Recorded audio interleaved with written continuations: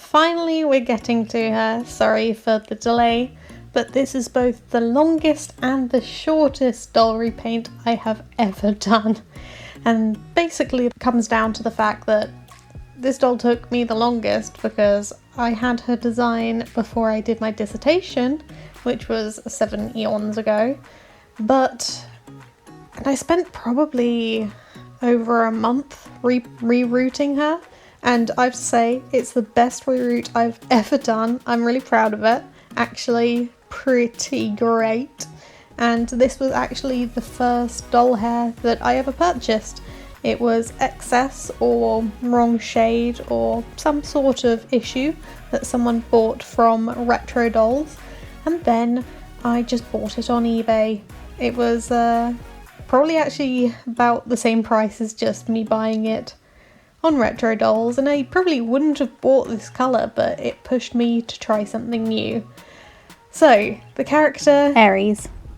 She's a younger sister character, very sporty, kind of earthy, very kind of a mix of masculine and feminine, like a girly girl that loves to rough and tumble was my interpretation. Tell me if that suits you. 2 extra little facts. So I tried for the first time to incorporate pre-made clothes, because I find a lot of the Monster High clothes are a bit off, basic, boring, but also not realistic. But I just loved the zipper on this jacket, so I made an outfit for that, and I found some cute trainers last minute, so managed to get this done on time. Another thing is, it's the first time I curled the hair in the proper way that everyone else does, and even then I didn't do it properly. So I experimented, because no one sells plastic straws anymore. So can you do it with paper straws? You'll find out. Also, I didn't have enough bobby pins because someone stole my tin of bobby pins that I brought down to do it with, and thus I've experimented. Can you do it without bobby pins? Okay, so off camera, acetone the face off, and hours and hours and hours of rerouting, gluing, popping that head off, and then we get here. So for the first layer, first of all, this was the easiest first layer I think I've ever done. It was really easy to just get a sketch of what I want the eyes to look like. The rest is kind of just more blended and subtle. No sharp pencil lines until you emphasize the lips, and it went great. So I had the cheeks curved. That's quite the prevalent aspect of this doll. She's very happy, and it's kind of, you know, when someone has such chubby cheeks that it literally covers up their eyes. It's just a hint of that, and it just went on real easy. So I'd say this was just really 2 good layers and a good pencil. Highly pigmented, slightly soft, I'd recommend, and of course sharpened well.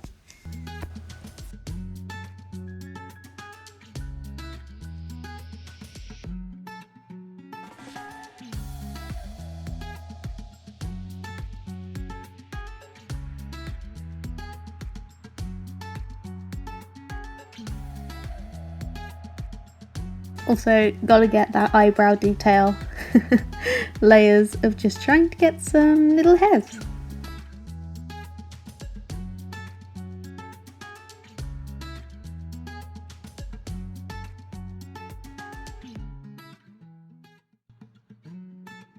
Layer 2, we have the basic outline already in.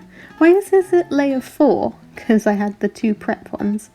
Either way, it's basically where you can start playing with colour and shading it in, and in particular this one, I worked with this nail brush to create like these incredibly thin lines that I'm quite proud of.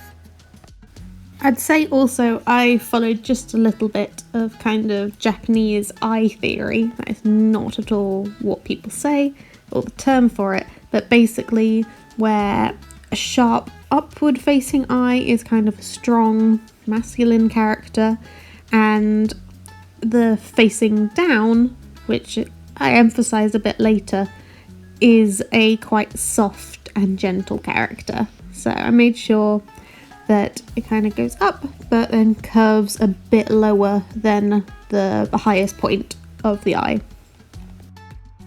I also use the same red and fine brush to kind of emphasize the lips. So I think it's a bitten lip, or I'm sorry, I don't know the term for it, but basically you emphasize the crease of the lip and then kind of gently blush out with a undefined outside of the lip. Either way, I really love it on dolls, so that's what I generally go for. It's kind of really easy.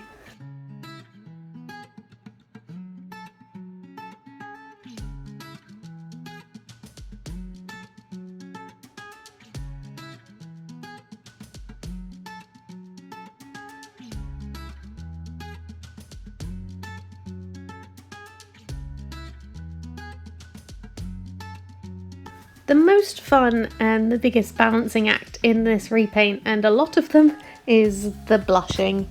I absolutely love blushing. I find it's so fun. It does so much for the character, brings life into their face, making them a bit more three-dimensional because it really adds to the sculpt.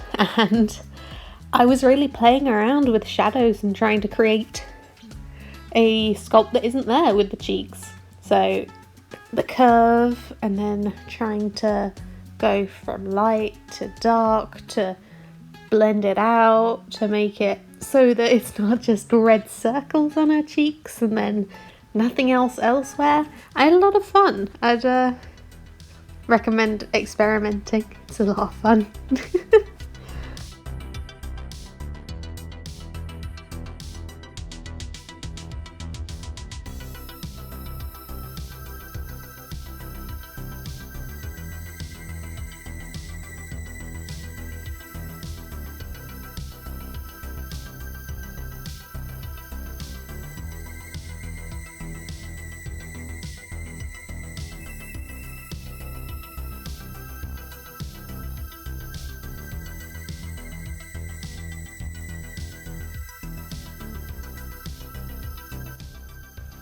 So layer 3 is where I really started the detail. So the iris is a goat's iris, which is really cool. Sideways, they're kind of creepy. There's goats where I live and they're really cute, but don't look into their eyes because the devil will look out at you. But it's cute on her, and I would say it kind of emphasises one of the problems I should work on. Because the thing is, I like quite pigmented colours, so I have to layer up. However, as you do more layers, the tendency to get less and less precise with those colours, well, it hits me hard.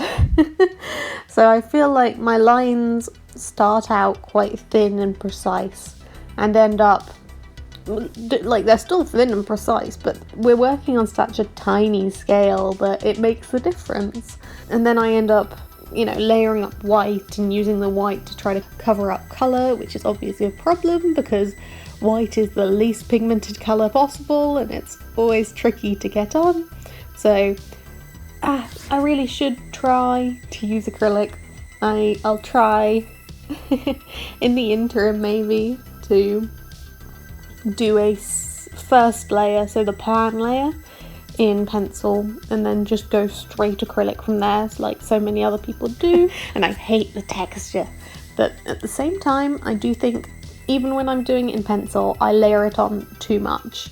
And one of the problems with this doll is I think in between this layer and the next one I accidentally, well, it's not really me, nature accidentally ruined the texture of the spray layer, the Mr. Super Clear layer, because I don't know how it did it, but it made it rough, like visibly rough. So from then on I used the box that my particle mask came in, so it's just a little cube, and I spray and then I put my doll in there with the lid on, so there's still ventilation because it's not like really properly closed, but there isn't as much risk. So a tip of the day, and also please give me tips. Layer 4 and 5 are essentially just detail layers, thickening and thickening. I didn't want the thickening, I am thickening. Darkening the colours, so the white, eye flecks I add in, the iris, and just making it a bit more pigmented. So I'm gonna just skip through them so you can see the tiny progression, but it's real fast because I didn't add any details.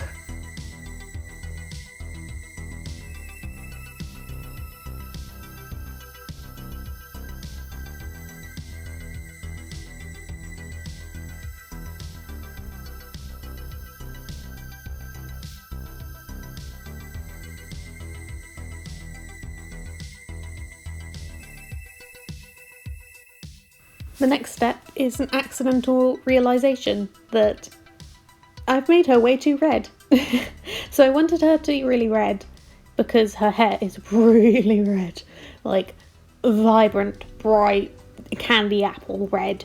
So red eyebrows, and then, you know, everything else came kind of naturally. And then I looked at her outfit that I had been making in kind of the 30-minute waits, which was just the dungarees and socks. So 50% made, 50% using Monster High stuff. And it was way too pink. So I had to integrate pink into the red and red into the pink, which is what the next layer was all about. So I just added stripes of red fabric and finished off the outfit in red. That was pretty easy. But with the doll repaint, it was a bit too late to add pigment, really, because pink is quite similar to red. So at the bottom of the eye, I kind of have a bit of orange for emphasis for detail, and I put quite a fuchsia at the top. So it's not as fuchsia, it turns out quite a bit darker. Once you add Mr. Super Clear, it changes the colours from what it already is. And the cheeks are what really pinkified it. So there's kind of quite a dark fuchsia pastel, and integrating that into the cheek and a little bit into the nose, and just trying to get her a little bit pinker. The actual outfit patterns are probably the simplest I've done. Just trace the outside of the doll's legs and lower torso. Just use that, so double that.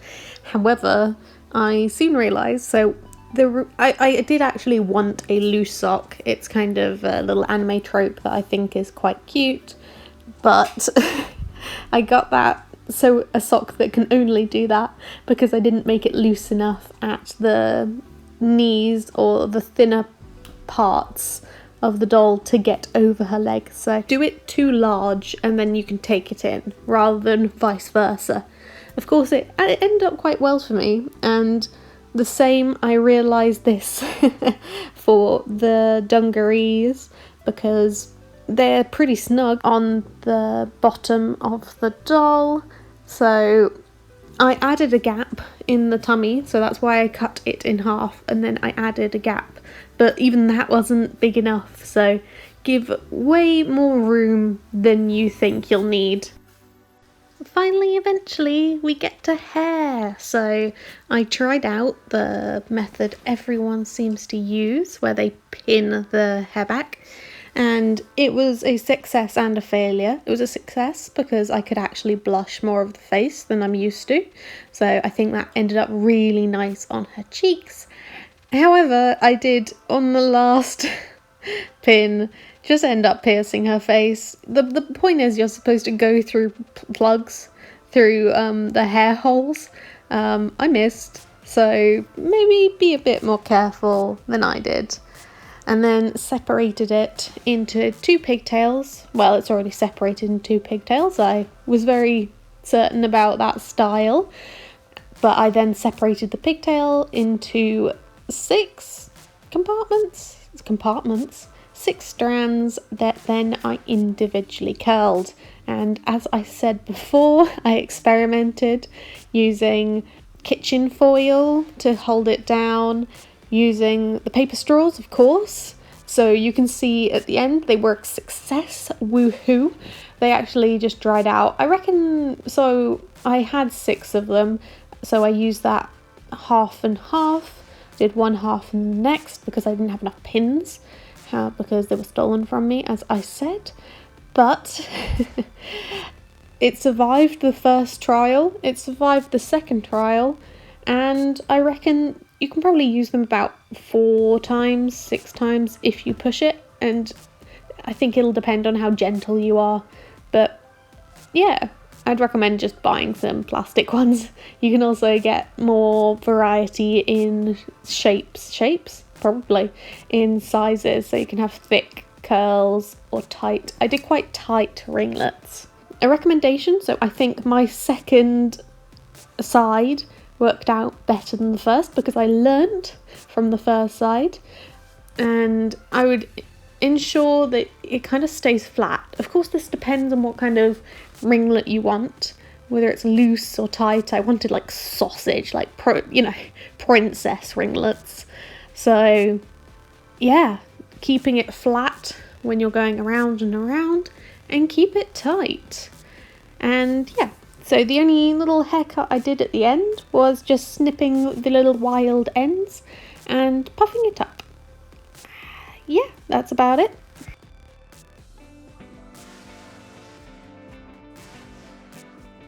And with a little haircut and a bows in, we're about done. It's a highly interrupted video showing her off.